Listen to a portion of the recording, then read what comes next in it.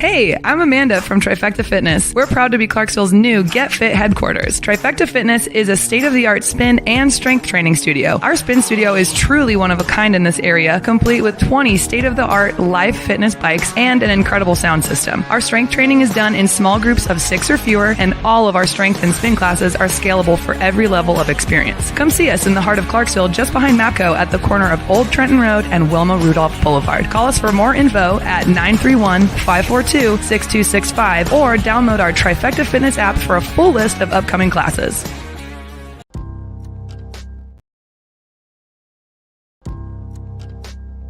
In October 2019, Arlington, Texas was chosen to be the home of a new national museum, unlike any other.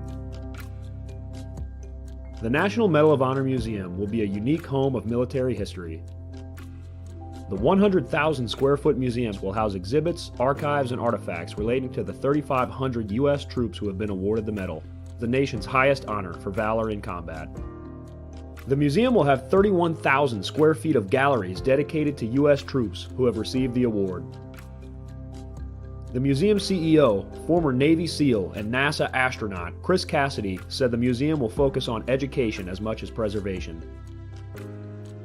The building will have 5 areas dedicated to Medal of Honor winners from the Army, Marine Corps, Navy, Air Force, and Coast Guard. The main gallery will be located in a central plaza under a 25,000 square foot slab of steel, which will appear to be suspended in midair. It will be supported by 5 pillars. Black Rifle Coffee is a corporate sponsor of the museum, as are the Dallas Cowboys. The museum's board also includes over a dozen major corporations and 6 Medal of Honor recipients, including David Bellavia, Patrick Brady, and Britt Slabinski. Army Staff Sergeant Bellavia was awarded the medal for clearing an entire house by himself on November 10, 2004, as a squad leader in support of Operation Phantom Fury in Fallujah, Iraq. He killed 4 enemy fighters and wounded a 5th in close quarters battle. Army Major General Brady flew and coordinated the evacuation of 51 seriously wounded men during a firefight in Vietnam in January 1968. Slabinski, a Navy SEAL chief and team leader, led a rescue team of SEALs during Operation Anaconda in Afghanistan in March 2002. Slabinski and his team flew to a mountaintop ambush site to rescue Petty Officer First Class Neil Roberts, who had fallen from the back of a helicopter. Slabinski led the team through almost constant combat against an entrenched Taliban force. Along with the board members, former presidents Jimmy Carter, Bill Clinton, George W. Bush, and Barack Obama serve as honorary directors. The museum is expected to open to the public in late 2024. All right. Welcome back. Misfit Nation. The Misfit Nation Show. We are a show founded by a veteran and hosted by 2 veterans and a military spouse. Our mission is to get people to tell their stories to the world. If you're an author, share your tips with the Misfit Nation. If you're a musician or an actor, our audience needs to know how they too can get into the business. Coaches, we love our coaches. Come on and share your tips with the Misfit Nation to help them become better versions of themselves. If you are a corporate leader or an entrepreneur, come on and show how you did it and how hard you have fought for success. If you are a veteran, first responder, or Gold Star family, we would love to have you come on and share your story with the Misfit Nation. We always have time for you. If you're feeling down, alone, or starting to see the darkness, stop. Think about those who are around you. You are not alone. You will be missed. If you feel like your problems will be a burden to those in your inner circle or feel embarrassed, dial 988. If you are a veteran, take option 1. We need you to keep pushing forward. Don't make a permanent solution to a temporary problem. If you are a new listener, welcome to the Misfit Nation Show. Be sure to subscribe to our show on your favorite podcast app. Also on our YouTube channel at @the_Misfit Nation. Subscribe and click the bell to keep you up to date on our latest episodes and all of our news. You can also find us on Heroes Media Group and About Face Radio. Now, let's get to the show!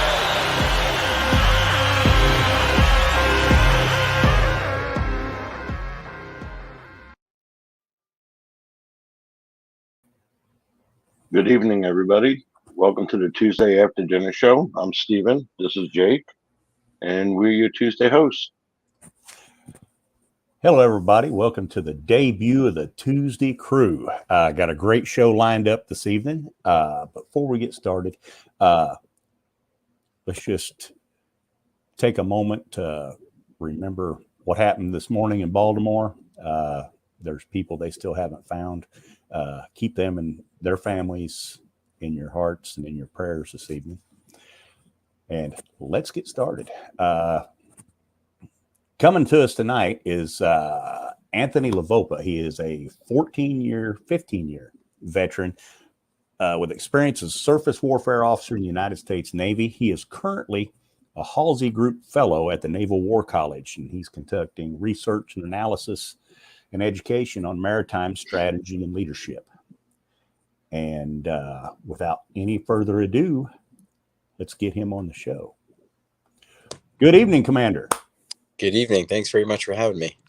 You are most welcome. I gave just a short little bio of what you're doing now. Tell us a little bit about yourself and how we got to where we are right now. Okay. Well, I was born and raised in Maine. I grew up on the water, driving and sailing boats before I was driving cars. So the Navy is kind of a natural fit for me. Graduated high school and was fortunate enough to get a Naval ROTC scholarship to Virginia Tech. So I am a Hokie. I got to spend a couple of years in Blacksburg and graduated in 2009 with a degree in civil engineering and commissioned as a naval officer into the surface warfare community. First tour in Norfolk, Virginia on USS Porter, DDG 78, and did actually 2 tours there before heading to shore duty in Rutgers and teaching as a naval ROTC instructor in the Rutgers Princeton ROTC unit in New Jersey. And then from there went to DDG 1000 USS Zumwalt for my first department head tour. Then a cruiser out of Norfolk, USS Lake J. Gulf, CG 55 out of Norfolk. And then took command after that of USS Hurricane PC-3. And we were home ported in Manama, Bahrain. Fantastic tour. Loved every minute of it. Once I turned over command, went to the Pentagon for 18 months and worked on requirements there, working for the Director of Surface Warfare. And then came here to the Naval War College, just graduated in March, and now I'm a full-time fellow with the Halsey Group doing research and analytics for wargaming. Wow. That's a career full. It's been busy. And yes, it has. And I'm going to throw something in there. If ever in your travels that takes you to the Crane Naval Surface Warfare Center, that's where I was born and raised. So, okay. Very cool. That's just a little out of the way place. Let's talk about some of your Navy experiences before we get into what you're doing now. I've known a lot of sailors. I was in a Navy command for a while I was in the Army, and I know a lot of sea stories that we probably can't tell here, but what's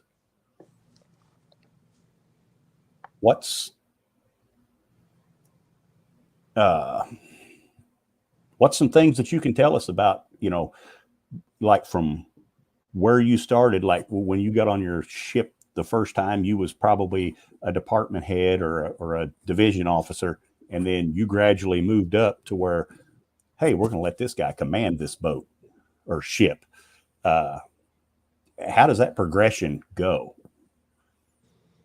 It's a really good question. I vividly remember showing up to my very first ship, and I remember sitting in my truck and thinking, okay, what's all the things I'm supposed to do before I walk on the ship and turn around and salute this and request this. And I remember being just incredibly nervous, wanting to make that good first impression. And I showed up to my ship, and I always push back when people say, ensigns show up to their ship and they know nothing, because that's not true. They do know something. They have a degree. They have um, some experience as a midshipman, but they may not know a lot about ship driving or ship handling or the weapon system, right? But that's why they're there. They're there to learn. And I was incredibly fortunate in my first division officer tour. I had an amazing chief. I had an amazing group of enlisted sailors that I got to work with and be their division officer, and I was just a sponge, and I soaked it all up in my first tour. And then I think, as you gain a little perspective as you stay in the organization a little longer. Shore duty for me was a great time to kind of look back over those division officer tours and reflect. I didn't know when I went to shore duty whether or not I would stay on to be a department head. I was kind of undecided. Ultimately, obviously, I decided to stay, and then so had two really great department head tours. And I was fortunate as a department head that I worked for major commanders. So I worked for Navy captains at the '06 level who had already previously commanded other ships, and so they were in their second go around of command. And for me, that was really helpful in terms of having good mentors to learn from, a lot of good um, lessons observed in what commanders should or should not do, or what things get them excited, or because they're kind of on their second go around in command, what things they don't get excited about the second go around. And so having those three over a period of 3 years, those three captains that I worked for really shaped my vision and view of having command when I was fortunate enough to go take command of Hurricane. Um, that was just an incredible experience, right? When the Navy gives you the trust and confidence to go command a warship and lead a crew. I've yet to have anything in life that's parallel to that in terms of the amount of authority and responsibility that the Navy's giving you. And to do it forward deployed in the Arabian Gulf, in an area that is above room temperature most time of the year, in terms of our relationship with some of the countries over there, was really a privilege. I would imagine. Now, along with that, if I was the guy in charge and you had your choice of any ship that you would want to command, do you have one out there that, hey, I'd like to run this one? Well, I'll tell you, the PC was pretty dang fun. It was a small crew, 25 sailors. The ship itself was about 180 feet. We had plenty of horsepower to play with, so we had a lot of get up and go when we wanted, and it was just a fun ship to drive. Um, the Arleigh Burke class destroyer, which is where I've done a number of tours, is also really fun. Um, so I would probably take a destroyer, and I'd be okay with that. I haven't driven a ship yet that I didn't like. I'll put it that way. Okay. All right. Got another question from out in off the internet. What was the most chaotic time you had while on deployment? Let's see. Well, there's a few. I was on deployment in 2019 with the Abraham Lincoln Strike Group when the Middle East started to heat up. So I would say that was probably the most chaotic, in terms of our schedule constantly shifting. Where we thought we were going to be, we didn't end up going. We spent most of the deployment in the Middle East, and that was during a time where there were limpet mines being put on ships that were transiting the Strait of Hormuz. So there was a number of things going on, and to kind of be front and center for a lot of those events was really eye opening, but also challenging from a leadership and a tactician perspective. So I learned a lot on that deployment. So I think that was probably the most dynamic deployment that I've ever been on. Okay. Yeah, it seems like you can't turn on the news now that one of our ships isn't getting attacked or shooting down missiles over in that area of the world with everything that's going on over there now. I really I really commend those sailors, because that you got to be on top. You got to be on your A game to be doing all that. And that's some really good stuff. And speaking of being on your A game, going along with what you're doing now, how do we get those sailors to that point? How do we be effective leaders to get those sailors on their A game and keep them on their A game? It's a really good question, and I don't want to focus too much on what's going on in the Red Sea. There's certainly plenty of press coverage about it, but I will say, as someone that's going back to a ship next year and getting back into the XO position and then going on to command, the folks out there right now are my peers or just slightly ahead of me, and so it changes my perspective a little bit on what's going on out there. And for me, it hits a little bit closer to home. And I am incredibly proud of my peers and the sailors that are out there doing great things. I think that for me, it brings home the point of reinforcing having good training for your sailors, having training that's valuable, and not just doing training that checks a block or, oh, we haven't done this drill in this amount of days. So for me, as I kind of head back to sea, it helps me kind of focus. What do I think is important? And as I read what's going on over there, and I get some of the, emails from people that are out there and involved with what's going on, it's really helping to shape my thinking in terms of, okay, when I get to the ship, what's important, what's not. As the XO, my job is to kind of run the schedule and run the ship. And so how do I take the captain's priorities and help him to make sure that we're focused in the right areas and we're not being overcome with things that are less important. I think there's also, a trust and a trust aspect that goes with the training. And certainly, building trust at any level of leadership is key, I think, for the organization to move forward together. And so my second thought is, as the XO, how do I ensure that the trust and the relationship between the captain and the department heads is strong, and therefore that relationship trickles down into the chief's mess and the and the rest of the enlisted sailors, and how can I foster that relationship as the XO, and work with the department heads and mentor them in a way that kind of brings that out. So those are all kind of things that go through my brain, at least right now, as I start my transition over the next year to get back into the sea duty lifestyle. You mentioned the chiefs. I found out when I was in the Navy command, if you don't have the support of the chiefs, you pretty much, you're not getting anything done. And you brought that up. And I think especially in the Navy, a strong chiefs mess is something that you need to have. I think it's vital, and it's a relationship, I think, that goes both ways.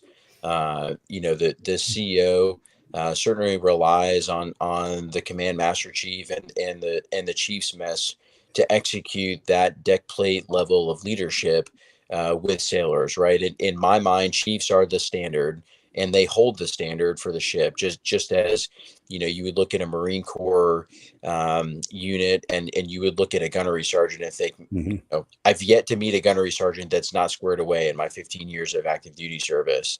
No. And so, those chiefs and the role that they play in terms of being the standard and holding the standard, but also being the educational standard in what sailors should look at and aspire to. And I remember my first chief, he actually just retired from the Navy as a warrant officer, became one of my best friends in the last 15 years. And I got to serve with him again while I was in command. And that was an incredible experience. He was a warrant officer by the time I took command, but watching him go from my first chief to then becoming a senior chief and then a chief warrant officer, and remembering the impact that he had on me as a first tour division officer really helped to shape change my view of how important it is to have a chief's mess that holds the standard and is the standard. And I remember a few times in the early portions of my Navy career of him pulling me aside and giving me the, hey, sir, this is not okay, or you need to go fix this, or you need to do this better, or you need to work on this. And there's a little bit of humble pie involved, being a brand new junior officer. I think having that open and honest conversation with your chief when he or she comes up to you and says, hey, sir, hey, ma'am, I see what you're trying to do, but let me help you, or let me give you some tools to, put in your tool bag from a leadership perspective.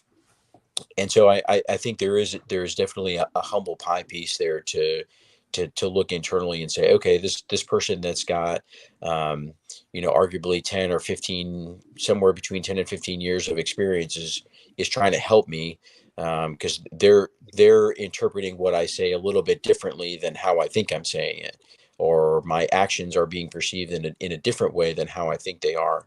And so for me, that was really impactful. Okay. And we have another question. You're a leader in the world's greatest Navy. Thank you. As a leader, what is one of the biggest leadership challenges you have ever had? Well, first, I will say, that we are a great Navy, but we're a great Navy because of the people who make up the Navy. I've just been incredibly fortunate to serve with so many great people at all different pay grades, from flag officers down to brand new seamen, and I've been able to learn something from each of them. And I think that's a key part of leadership is you don't have to be the most senior person. You don't have to find the most senior person to learn from. And I think I would say that the biggest leadership challenge I had probably was when I took command. It was during COVID. The ship was in the shipyard, and we were getting ready to exit the shipyard and start all of the process to kind of bring the ship back into the fleet. So there's a number of assessments and inspections that we have to do, and it's kind of a no fail schedule. And so the engineering line off assessment is the hardest to get through, along with the damage control assessment. And in the COVID period, where we were so concerned about people getting sick and how close we were to each other and all the other factors that COVID brought an exponential level of difficulty in trying to prepare for those assessments. And I remember, at one point I had to have the discussion with my Commodore and say, hey man, look, we're getting away from the, part of the crews here, part of the crews there. We're going to take the risk. We're going to get everybody on board. We're going to train and prepare, and, we'll kind of handle the COVID thing, if and when it comes. And we were lucky that we didn't really have any major issues while we were preparing. And honestly, I was just incredibly proud of my sailors. We scored a 98 on the first day. And overall we scored 100%, which almost never happens for any ship. And I won't take any credit as the CEO for having done that. I'll just say that I stiff-armed a lot of people to make sure that we could get the crew on board and keep the focus on the mission, which was getting the ship ready to go back to sea and be prepared to turn over to the operational commander. And so the crew did an incredible job. When you have gunner's mates that are underneath diesel engines, wiping the grease and oil and whatnot out of the bilge, you're really reaching the right level of leadership. And to just kind of circle back from the point before, I had great chiefs, and I had a great chief engineer who was a limited duty officer prior, senior chief engineman.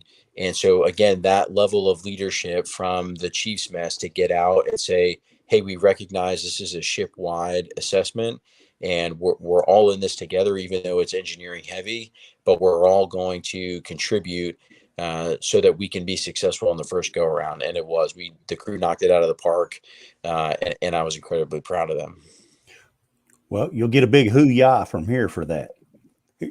That sound pretty. That sound like they really came together. And with that, we're just going to go right into. That probably took some coaching with your leadership. So why don't you go into a little bit of your methods for coaching a high performance individuals and teams? There's lots of ways to coach people, and for me, I'm finding it's very individual. There's no secret formula or a recipe that I found so far. It's not, like baking a cake where you just put people through a process and, magically on the other side, they come out, the super leader.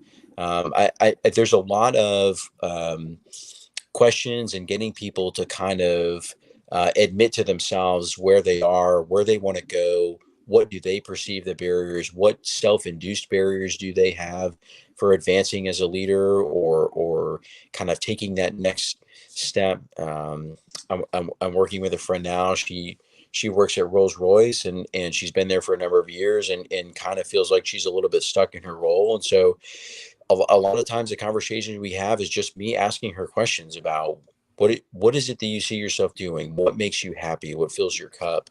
And what do you think you need to do to get there? And so a lot of times it's not necessarily me giving information. It's helping people identify that they already know the answer. They're just not sometimes confident in what the answer may be.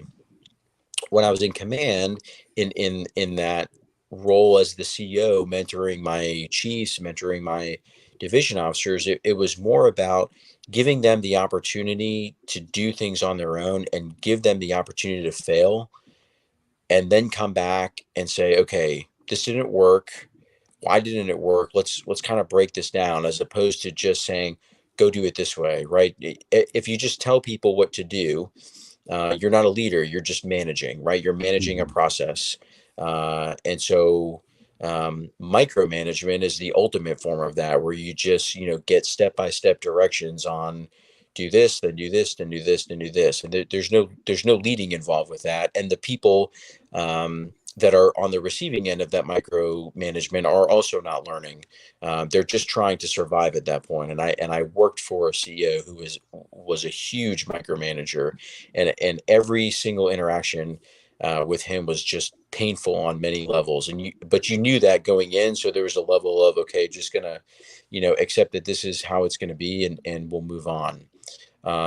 But in command, it was more about having that experience. I had done 2 department head tours. I had operated in the Middle East before, so I knew where I could give my department heads runway to go and make mistakes and then come back. And I knew when I had to make sure that the runway was short, and I had to kind of keep a little closer control on them.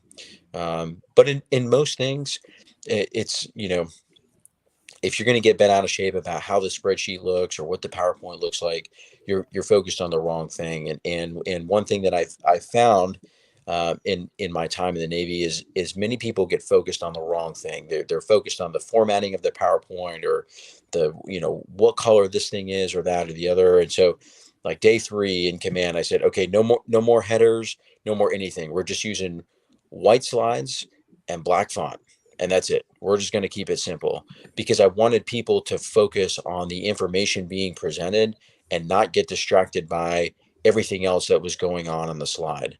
And consequently, I also wanted people to learn how to talk and deliver information without a PowerPoint. I know people my age and younger don't think that was ever possible. But I think as a leader, one of the things that I often go back to is, what's your love language and what's your style of learning? Putting reading material in front of everybody is not the most effective means for everyone to learn. Some people just want to sit there, close their eyes, and hear someone talk. Some people want pictures. I've got an engineering degree. I like diagrams. So everybody's got their own way. And so as a leader, you've got to figure out what is the makeup of your team in terms of their learning style and their love language, and how do you speak to them in a way that you're getting your message to them. And so I think that's probably the number one thing that I focus on with most people from a mentoring and coaching perspective, and people come up with these grandiose, speeches to go in and give their team. And I found that a lot of times 50% of the team, it's like in one ear and out the other, because it's just not their learning style. And so this person has spent all this time crafting this grandiose pitch, only to have it fall on deaf ears for at least half of the room, because they're just not looking for that. They're looking for a different way to absorb information. Okay. Got a question here from this is from Jennifer. Where do you think you garnered your leadership? Well, I would say it's a long list of people at many points in my life and in my career, and I've been the beneficiary of having some really great mentors at varying pay grades. Some are senior captains and flag officers, and like I said, I've also learned a lot from the E3, E4 sailors that I worked with. When I was on the cruiser as a department head, as the combat systems officer, I owned all of the radars, all of the combat systems equipment, and a lot of the weapon systems equipment. And I found that I could learn the most about what's going on in the ship and what's going on with my equipment by just walking around and finding the rooms that my sailors would hang out in, their offices for lack of a better term, and where they had, an Xbox set up and where everybody congregated to play Xbox, and just to walk in and go, hey, what's going on? Like, what's happening? Talk to me. And the, E3 and E4 sailors, they would just right away, like, oh, hey, sir, this thing's broke. I did this over the weekend. You just get this big wide array of information. And so, don't discount the brand new people, and don't discount the junior people in the room, because I've found that they often have a lot of really good insight. So I would say overall, my leadership is probably pieces of people that I've been fortunate to work with over my 15 years in the military. Okay. All right. Say someone that's listening tonight wants to get in touch with you or wants to connect with you. What's a good way for them to do that? LinkedIn. LinkedIn? Yep. I love LinkedIn. There's a lot of really great people out there, a lot of really good information. And so I like LinkedIn. I've kind of taken a step back from it this past week. Just been so much going on, and I've had so many people message me and say, "Hey, what's going on? You're not posting. Where are you? Or is everything okay?" And yeah, I'm here. It's just I've got a wife and I've got 2 kids, and sometimes they need a little bit of Anthony time and dad time and whatnot too. So for me, there's a little bit of a mental break in taking a break too. And that's one of the biggest things with leadership. You need to realize that people have lives, and you need to work with that part of the aspect. Also, training them. I've been doing retail for 30 years now. You don't just say, do this to this. You work with them and you teach them, and you see hand in hand that you're working together. And that's what happens. You have to take time with your family, take time for your family. That's fine. But when you're back to work, you're back to work.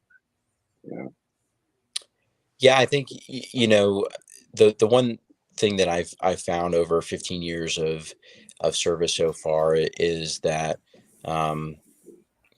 many people confuse authority and leadership and try to make them one in the same. And the amount of times that I would say I've had to exert my authority over somebody, I could probably count on one hand.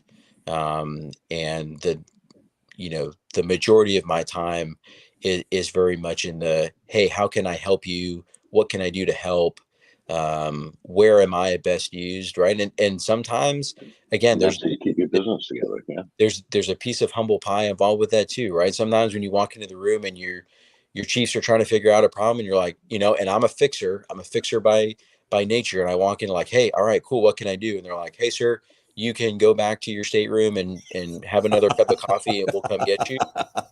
Okay, roger that, right? Like, hands off and let them do their thing. And there's no harm in that. And so again, I think as a leader, sometimes you need to know when you need to insert yourself, and when you need to just kind of have that level of trust of, okay, my team understands what it is that we're trying to do. Now I need to give them the opportunity to work, and I need to give them the opportunity to come up with solutions, instead of me sitting in the back row in the cheap seats providing commentary. But they also need to know that it's okay to come to you, not to be afraid to come to you, to make them feel like they're not doing their job. If they need help, they need to be able to feel free to come and speak to you. Absolutely. And that's where I think the trust factor comes in, Mhm. and being open with people. The other thing that I would say that I've learned is it's okay to say, I don't know. Uh, when you walk into a room and somebody says, hey, sir, what do you think? I don't know. That's a good question. Didn't think about that. We should, I need to go do some reading, or I need to go do some research on that, or, I need to go ask somebody how important this is. And I think sometimes when you can say that I don't know, it kind of helps people to realize that you're also human, and that you don't have all the answers, and no one does. Um, so I think I don't know is a good answer sometimes, especially if you really don't know. I'm not a fake it till you make it kind of thinker. Like I said, I've been in retail for 30 years, and for the last, say, 16, 17, I've been in an auto shop. I walked in there not knowing the first damn thing about cars. I knew how to change oil. Yeah, I was a manager. I can run the business. I went in, I learned all the aspects of their business, learned how to do their job, and manage them all at the same time. You have to go in and you have to reconfigure yourself and work with them and learn from them, and then they learn from you how to do the management part of it. You just have to take that. Yeah, I'm the boss, but I'm not the boss because I really don't know what you're doing. I can Yeah, run your business, but I can't do your business. yeah, that's a good point. I think it's important sometimes to separate knowledge and positions as well, right? Hmm. The CEO of a ship, or the CEO of an organization does not necessarily need to be the smartest person in the room, and they're Yeah, certainly not going to be the smartest when it comes to certain aspects, right? As a captain, that's why I would say, I have a chief engineer, I have a weapons officer, I have an admin officer, right? Those are the experts in those areas, just like a CEO has a chief financial officer or a chief technology officer, right? They lean on people and their expertise in their field. And oftentimes, CEOs or COs, yeah, they've dabbled in it. They have some exposure to it. But their level of expertise, or the area that they operate in their comfort zone, is not that. And that's okay too, right? And so it's acknowledging that those people in the room, like you said, they bring value to the conversation, although they may definitely. not be positionally the most senior person. Because I have employees I've been with for years, and they're still after, like, you're the first one to admit, I don't know what the hell you're doing over there, but I know how to run the business. You run that part, and we're good. Because I can't make believe I know. I'm working on people's cars, $1,000 materials. I can just, okay, I know how to order it. You know how to do it. You do it. And that's how you run your business. You Yeah. learn as you go, and you make sure they learn as you're learning. Yes. Uh, Commander, can you give us, okay, got a new leader. Say you have, you got a new ensign just reporting to your ship. What's 3 things that you're going to tell this young officer that is going to help him be successful? It's a good question. I would say the first thing is always have a pen and something to write on. Because I think when you're in a new position, you're better off to just listen more and talk less. Um, and that was something I learned from my first chief. I felt like every single thing he said to me, I needed to write down, and I just couldn't write fast enough, and there just wasn't enough paper for me. The second thing that I would tell them is remember to humanize the people that you work with. Um, yes, they come to work as, U.S. Navy sailors, but they're also husbands and wives and mothers and fathers and brothers and all those things. And there's things that make them tick, and there's things that they want to go do outside of work. So I think it's important to acknowledge that the other roles that they play, and how do you support that as their division officer.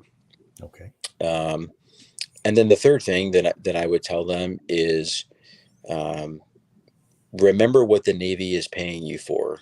And the Navy is paying you as a junior officer to learn from your chief and learn from your peers and the department heads on how to be a ship driver and a tactician and a warfighter.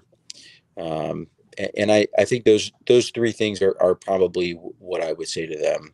And then I would probably have a little asterisk underneath that say, you also need to learn about yourself and, um, how do you recharge as a leader, and how do you spend your time when you're not at work? Are you married? Do you have kids?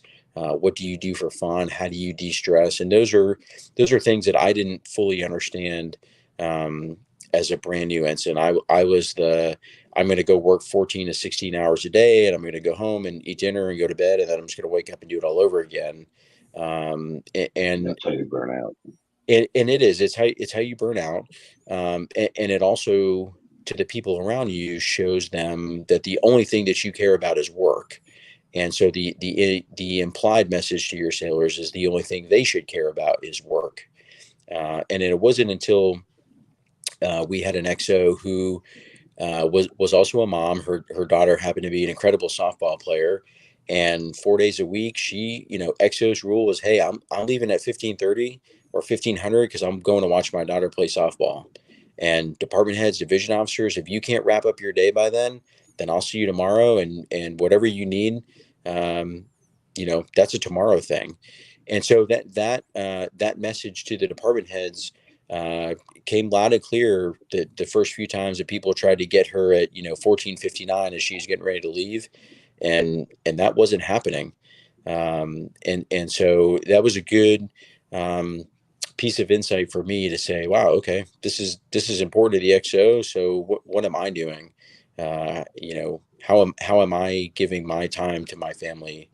Um, and I tried to take that into command and get home as frequently as I could to have dinner at a reasonable hour. And so, sometimes it happens and sometimes it doesn't, but I think at least the attempt to do it shows your sailors that you value, their time and their time out of work as well. I did a little background on you before you came on here, and what you were just saying leads right into what I was going to ask you, because I want you to explain this. I'm not going to be able to do it justice, but you wrote your wake is your legacy. And I'd never heard it explained like that. I liked it. Could you please explain that to everyone listening? I thought that was really, really cool. Sure. Yeah. Your leadership wake is your legacy, and it's about taking ownership of the decisions you make and the people that you lead. And it all stemmed from a conversation that I had with a friend who's been a mentor, and he's now retired. And it's kind of like hey, what do you think about now that you're out? And you look back, and kind of stemmed from that. And then I sort of extrapolated my own life for, at some point when I can sit on my, porch in Maine, and I'm overlooking the ocean, thinking about my career and or my life, and what are the things that I want people to remember me by. And it's less about the things that I did, and it's more about the impact that I had on the people that I interacted with. So naturally, people will always identify me as a naval officer, as a husband, as a father, etc. But what I'm really driving towards is the sailors that I had the privilege to serve with. How did I impact them in a positive way for the rest of their life. And I want them to walk away from their experience with me thinking he was the best captain that I ever had because or he was the best division officer I had because he helped me do this, or I was able to get this done, or he was the most impactful for me because of X. And so when I kind of think about it that way, it's really helping people now to make decisions about the things that they do every day, the people that they lead, and why they lead, to end up in a meaningful place, so that when they look back over their career, military and then afterwards, and when they look back over their experience with their family during that time, is it a positive experience, or is it a, wow, I'm glad we got to the finish line because we almost didn't make it. And there was a piece of that where another mentor of mine said he will measure his military career success by the fact that all of his family will be at his retirement ceremony. And he won't be there without his kids or having, and life happens. And I'm not begrudging anything from that perspective, but to him, that was really important. And he's a really close friend. And I was very, very fortunate to work with him on a few occasions. And so that meant a lot to me. And I took that and kind of ran with it on the leadership wake piece. Okay. All right. Stephen, you have anything? No, I'm good. I mean, this was a great chat. I listened and learned. It was really good. Yeah, it was a very good chat. I would like to thank everybody that signed in and was listening to us this evening. Remember to hit like and subscribe, and because we're going to do this again. And with that, we will bid everyone a good evening. And Anthony, thank you. And our thanks. And we will see you next Tuesday with the Tuesday crew on the Misfit Nation. Have a great. This message is from the U.S. Department of Veterans Affairs. Did you serve in the military? If so, you can obtain a free lifetime pass to more than 2,000 federal recreation sites. These sites are located across more than 400 million acres of public lands, including national parks, wildlife refuges, and forests. The lands host activities to fit any lifestyle: hiking, biking, fishing, camping, and much more. Gold Star families are also eligible for these free lifetime passes. Plus, they cover entrance fees for a driver and all passengers in a car, or up to 3 additional adults at sites that charge per person. Obtaining one is easy. Just go to the National Park Service website, nps.gov, or the National Park Service app.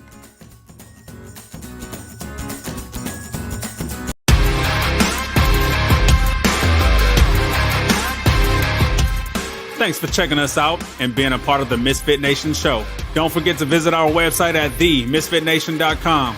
That's themisfitnation.com. Check out all our past episodes and get some of the great Misfit Nation gear for you and your family. As always, be humble, stay hungry, and keep hustling, because we are Misfit Nation. Misfit Nation.